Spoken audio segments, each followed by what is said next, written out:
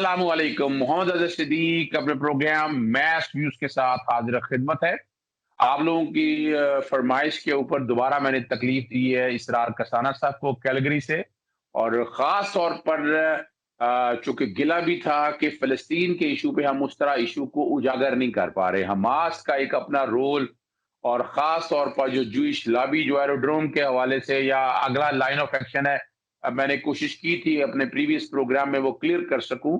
तो अभी मौजूदा हालात में आगे क्या होना, और वो बात वही है जो डॉक्टर इसरार और बाकी अगर कुरान मजीद पर और सुन्ना के मुताबिक देखें तो चीज़ें things are heading toward it, यानी चीज़ें आगे की तरफ जा रही हैं।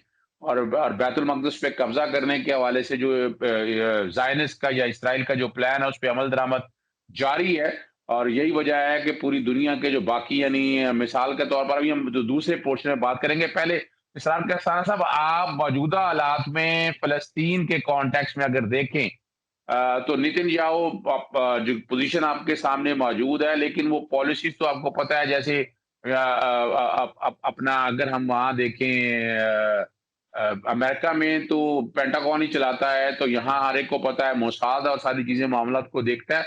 आप पहले तो ये देखिए कि अभी अभी इसराइल का प्लान क्या है? बिस्मिल्लाहिर्रहमानिर्रहीम। आज़ाद साहब, आपका बहुत शुक्रिया। एक जो बात आपने प्लान की है, लेकिन उससे पहले हमें थोड़ा सा समझ लेना चाहिए कि हो क्या रहा है। एक तो ये है कि नेतन्याहू का, जिसका आपने नाम लिया, उसने कहा जी कि हम लोग एज लॉन्ग एज नेसेसरी, जब तक हमें ज़रूरत महसूस होगी, हम इस ऑपरेशन को जारी रखेंगे। ठीक है जी। और एज वी स्पीक, इस वक्त तक तकरीबन 200 से जायद लोग जो हैं वो शहीद हो चुके हैं, जिसमें 58 बच्चे हैं। Just imagine. अच्छा, फिर इन्होंने जो एक रिफ्यूजी कैंप था उस पे बमबारी की है, जिसमें से 10 लोग जो हैं अभी तक शहीद हो चुके हैं, उनकी खबरें आई हैं, और उनमें से भी 8 बच्चे हैं। ठीक है जी। अच्छा, फिर देखिए कि आपने कल देखा कि बिल्डिंग उन्होंने कैसे गिराई है, वो जो मीडिया टावर था। ठीक है जी। अब मीडिया टावर को गिराने का मतलब क्या है? कि वो पूरी दुनिया को ये मैसेज दे रहे हैं कि डोंट मेस विद अस, और इंक्लूडिंग द मीडिया ऑर्गेनाइजेशंस, जो कि एपी, अब एपी से बड़ी क्या ऑर्गेनाइजेशन होगी? अल जज़ीरा के से बड़ा क्या ऑर्गेनाइजेशन होगा? ऐसे इदारे जिनका पता है उनको कि वहाँ पे हाउस्ड हैं। अब उसके बारे में आज नेतन्याहू ने इंटरव्यू देते हुए कहा है कि that was a legitimate target. अब अंदाज़ा लगाइए कि जो लोग हर चीज़ को इस तरह जस्टिफ़ाई कर रहे हों, उनसे आप क्या बात कर सकते हैं? उनसे आप क्या आर्गुमेंट्स दे सकते हैं? अच्छा, अब आपने पूछा प्लान क्या है? देखिए, अमेरिका में जब अदालत में कोई जाता है ना, तो वहाँ पे लिखा हुआ होता है वन नेशन अंडर गॉड। ठीक है जी। ये जो अमेरिका है ना, ये वन नेशन अंडर गॉड नहीं है, ये वन नेशन अंडर इज़राइल है। मैंने इसके ऊपर ठीक। तकरीबन 15-20 साल पहले एक कॉलम लिखा था, जिसमें मैंने उनको लोगों को बताया था कि किस तरीके से अमेरिका को कंट्रोल करती है ज्यूइश लॉबी। और वहाँ पे हर चीज़ हाईएस्ट लेवल पे तकरीबन आप देखें कि ज्यूज़ ने अपनी कैंपेन्स करके, अपनी लॉबिंग करके इतना स्ट्रॉन्ग होल्ड उन्होंने कर लिया है। और ये भी मैं आपको बताता चलूँ कि मेरा ये, चूँकि ये सब्जेक्ट रहा है पूरी अपनी जर्नलिस्टिक हिस्ट्री में, कि मैंने इसके ऊपर किताब भी लिखी है, मैंने इसके ऊपर बड़ा काम भी किया हुआ है। किस तरीके से ज्यूज़ जो हैं, ये जहाँ पे भी जाते हैं, ये क्यों मार खाते हैं? इसकी वजह ये होती है कि ये हर चीज़ को कंट्रोल में करने की कोशिश करते हैं। हर जगह पे जाएँगे, ये उसकी इकोनॉमी को कंट्रोल करने की कोशिश करेंगे, उसकी सियासत को कंट्रोल करने की कोशिश करेंगे। यानी ये अक़लियत होते हैं, लेकिन ये अक्सरियत के ऊपर काबू पाने की कोशिश करते हैं। तो नतीजा क्या निकलता है कि कुछ देर तक तो लोग बर्दाश्त करते हैं, और फिर फाइनली ये होता है कि कोई ना कोई हिटलर आ जाता है, और फिर वो इनकी आके तबाही फेरता है। और ये इनकी हिस्ट्री रही है, और ये इनकी हिस्ट्री आगे भी जाके ऐसे ही कंटिन्यू करेगी। तो प्लान इनका ये है, इसमें देखें 2 चीज़ें, मैं थोड़ा-सा लंबा हो गया लेकिन मैं आपको बता दूँ। एक तो ये है कि सियासी सतह पे उनका क्या प्लान है। सियासी सतह पे ये है कि नेतन्याहू जो हैं वो इस वक़्त शदीद मुश्किल में हैं सियासी लिहाज से, क्योंकि 2 साल में 4 इलेक्शंस हो चुके हुए हैं। कोई भी इलेक्शन जो है वो क्लियर कट विनर प्रोड्यूस नहीं कर सका। नेतन्याहू भी अभी जो हाल ही में इलेक्शन हुआ उसमें भी ये क्लियर कट विनर नहीं बन सके। इनको उन्होंने मौका दिया, ये हुकूमत नहीं बना सके। उन्होंने दूसरे लोगों को मौका दिया, अब उनके पास चाहे टाइम है, वो बना सकेंगे कि नहीं ये पता चलेगा। लेकिन दूसरे साथ ही इसके साथ जुड़ी हुई बात ये है कि नेतन्याहू जब गए हैं वहाँ पे मुख्तलिफ अरब ममालिक में, तो इनको पता चला कि जो अरब स्ट्रीट है वो तो कुछ और कह रही है, लेकिन अगर अरब हुक्मरान जो हैं वो इनकी जेब के अंदर है। इसी तरह इन्होंने ईरान के मामले पे अमेरिका को कहा कि आप ये डील ना करें ईरान के साथ। उन्होंने कहा जी हम करेंगे। इन्होंने अपने जो शेन बैथ है, इनका जो मोसाद का चीफ है, उसको भेजा अमेरिका। अमेरिका में उसने सबसे मुलाकातें की, उधर से इनकी दाल नहीं गली। जब वापस आया, इन्होंने ये प्लान बनाया कि अगर अमेरिका हमारी बात नहीं सुनता तो ये एक तरीका ऐसा है जिससे अमेरिका हमारी बात भी सुनेगा और आगे घुटने भी टेकेगा और हम उससे मजीद पैसे भी लेंगे और अपने काम भी करवाएंगे। This is the plan. अच्छा, आपने बड़ी ज़बरदस्त अच्छा किया, आपने ज़रा समेट दिया चीज़ों को। अच्छा, मैं जो दूसरी बात देख रहा हूँ, मैं इंटरनेशनली ज़रा बाद में जाऊँगा कि हमारे नाज़रीन का जो ये जो इंटरेस्ट है वो पाकिस्तानियों के कॉन्टेक्स्ट में।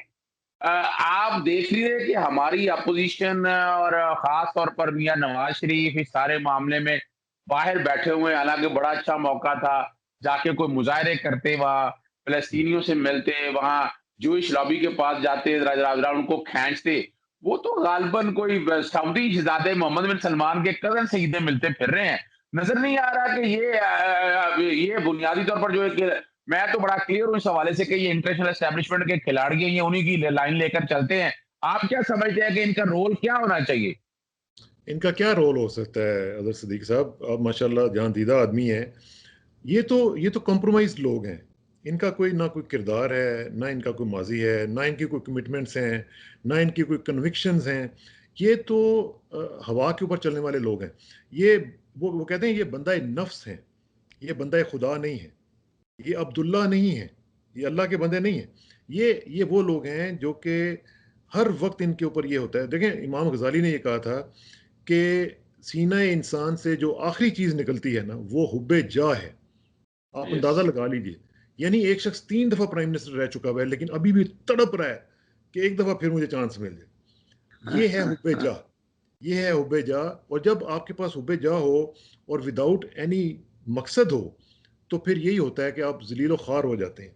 क्योंकि जब आप दुनिया के पीछे भागते हैं, हज़रत अली रज़ी अल्लाह तआला अन्हु का कौल है कि दुनिया के पीछे भागोगे तो वो तुमसे दूर जाएगी, दुनिया से दूर भागोगे तो वो तुम्हारे पीछे आएगी। तो ये वो लोग हैं जो कुरान पाक ने एक मिसाल दी है वैसे, अच्छा तो नहीं लगता, लेकिन उसने मिसाल जो दी है वो कुत्ते की दी है कि जिसकी ज़ुबान जो है वो लटक रही होती है और वो दुनिया के पीछे इस तरह भाग रहा होता है। ये कुरान पाक की मिसाल है, ठीक है? बिल्कुल ज़बरदस्त। तो ये जो सूरत हाल है, इसमें इन लोगों से आप क्या एक्सपेक्ट करते हैं? ये तो वो लोग हैं जो पार्ट ऑफ प्रॉब्लम है, ये पार्ट ऑफ सॉल्यूशन नहीं है अज़हर साहब। अच्छा, मैं अब अगली बात है हमारी कि हम हमास का किरदार एक देख रहे हैं और बात ये है कि हमारे यहाँ मेन स्ट्रीम मीडिया भी जो है ना, वो क्रूसेडर या इन्वेडर के तौर पर कुछ चीज़ों को सही तरह बता नहीं रहा। हमास एक बड़ा किरदार अदा कर रहा है और मैं समझ रहा हूँ कि यानी पूरी दुनिया में 2 चेहरे तो दिखाने बड़ी ज़रूरी हैं। एक तो कि एज़ ए टेररिस्ट यानी देखा जाए ये जो कुछ हो रहा है, आबादी पे हमला करना, मीडिया उस पे। हमारे यहाँ जो सो कॉल्ड लिबरल है, वो उनकी तो माँ मरी पड़ी है, ना वो कहाँ गई औरत फाउंडेशन और जो औरतों पे तशद्दुद और ज़ुल्म की बातें कर रहे हैं, वो सारे घर में दुबक कर बैठे हुए हैं। नज़र ये आ रहा है कि जो एजेंडा उनका था, जो सो कॉल्ड लिबरल को लेकर या पीटीएम की शक्ल में या नजम सेठी, हुसैन हक्कानी, रियाम खान, इन सब का जो एक एजेंडा लेकर चल रहा था, बज़ाहिर तो अभी शो कर रहे हैं कि नहीं, इसराइल को तस्लीम नहीं करना चाहिए इन बातों पे, लेकिन नज़र यही आ रहा है कि वो जो एक पैरामीटर सेट किया हुआ था उन्होंने और यही वजह है कि हम उन चीज़ों को हमास के किरदार को या बाकी चीज़ों को सही तरह पोर्ट्रे नहीं कर पाए और ना मेन स्ट्रीम मीडिया इसको सपोर्ट कर रहा है। हुँ, ये बिल्कुल सही बात है। देखें, हमारा जो लिबरल तबका है, मुझे समझ नहीं आती कि वो रहते पाकिस्तान में हैं फिज़िकली, लेकिन मेंटली वो कहीं और रहते हैं। और उनके इश्यूज़ जो हैं वो हैं ही नहीं जो कि आम आवाम के लोगों के इश्यूज़ हैं। मेरी ज़िंदगी गुज़री है और मेरे बहुत अच्छे दोस्त जो हैं वो माशाल्लाह बड़े लिबरल हैं और हमारी पुरानी यूनिवर्सिटी के दौर से और यूनिवर्सिटी से पहले के भी दौर से दोस्तियाँ हैं।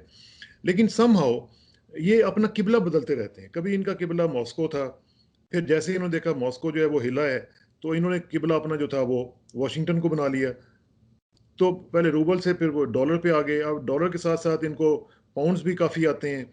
तो अब सूरत हाल ये है कि जब आप ज़मीनी हक़ाइक़ से दूर हो जाएँगे, आपको लोगों की पल्स का नहीं पता चलेगा, तो आप जो भी इश्यूज़ उठाएँगे, वो आप बायस्ड किस्म के इश्यूज़ उठाएँगे। जब आपको पता ही नहीं है कि आम आवाम क्या सोच रही है। आम आवाम, देखें ना, अरब स्ट्रीट जो है या मुस्लिम स्ट्रीट कह लें, वो क्या सोच रही है इस वक्त? वो ये सोच रही है कि फ़लस्तीनियों का मसला हल होना चाहिए, उनको इंसाफ मिलना चाहिए, वो भी इंसान है।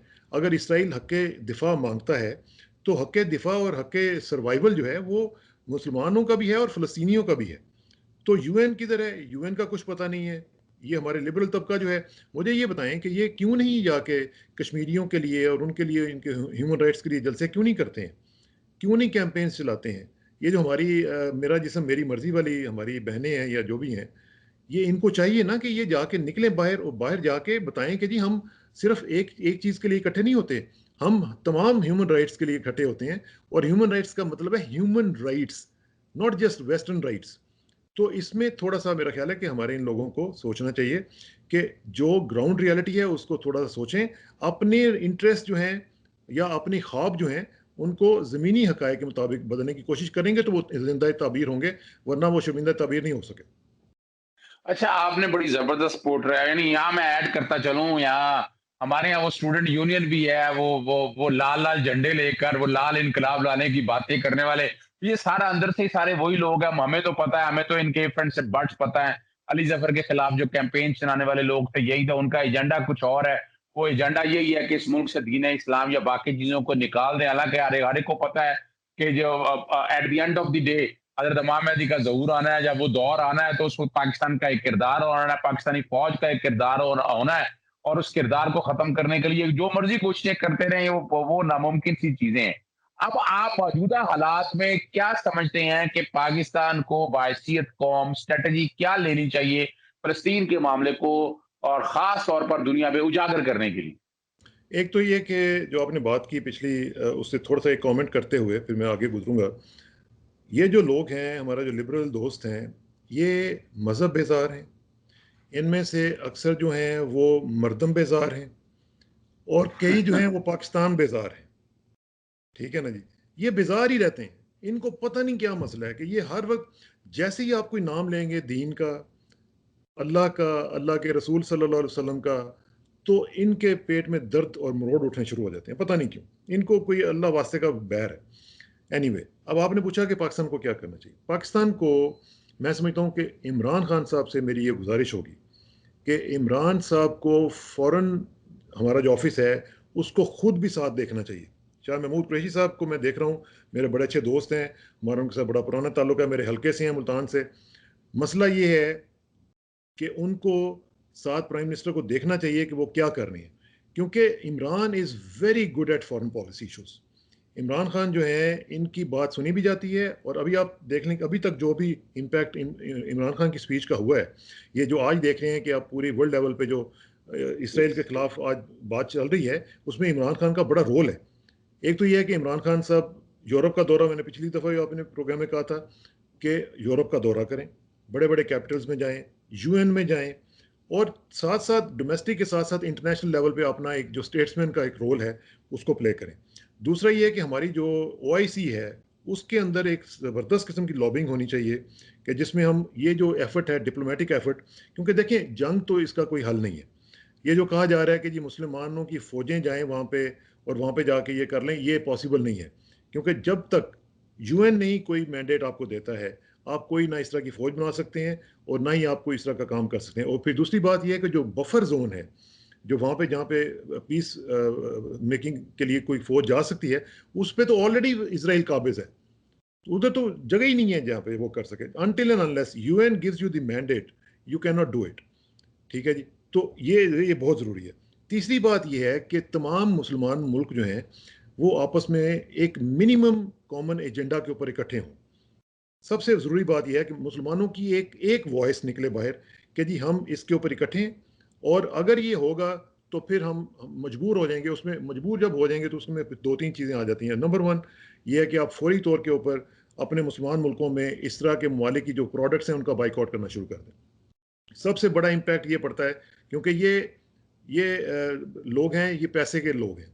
इनको पैसा अपनी जेब से जाता हुआ सबसे ज़्यादा तकलीफ़ होती है। तो इनका तरीका ही ये है कि इनकी जो पॉकेट है उसको हर्ट किया जाए और साथ-साथ ये है कि आहिस्ता-आहिस्ता जो पब्लिक ओपिनियन जब डेवलप होगी, तो फिर इनको पता चलेगा कि इंटरनेशनल लेवल पे ये मामला जो है वो किस तरीके से हैंडल किया जा सकते हैं, क्योंकि अदरवाइज मिलिट्री तो इसका हल नहीं है और इत्तेफाक हमारे अंदर है नहीं। वो एक आइडियल सिचुएशन है जो अगर हो जाए तो मैं समझता हूँ that is the only way out to go ahead. बहुत शुक्रिया इसरार रक्साना साहब, आपके वक्त का बड़े कोशिश की आपने, थोड़े से वक्त के अंदर सारी चीजें क्लियर कर दी हैं। नाजरीन आप तक ये बात सारी आ गई है, कमेंट्स करें डिटेल, कोई और जो आप सवाल चाहते हैं कोई और, इंशाल्लाह इसरार रक्साना साहब को दोबारा तकलीफ देंगे। इजाजत दीजिएगा, अस्सलाम वालेकुम, खुदा हाफिज, पाकिस्तान जिंदाबाद।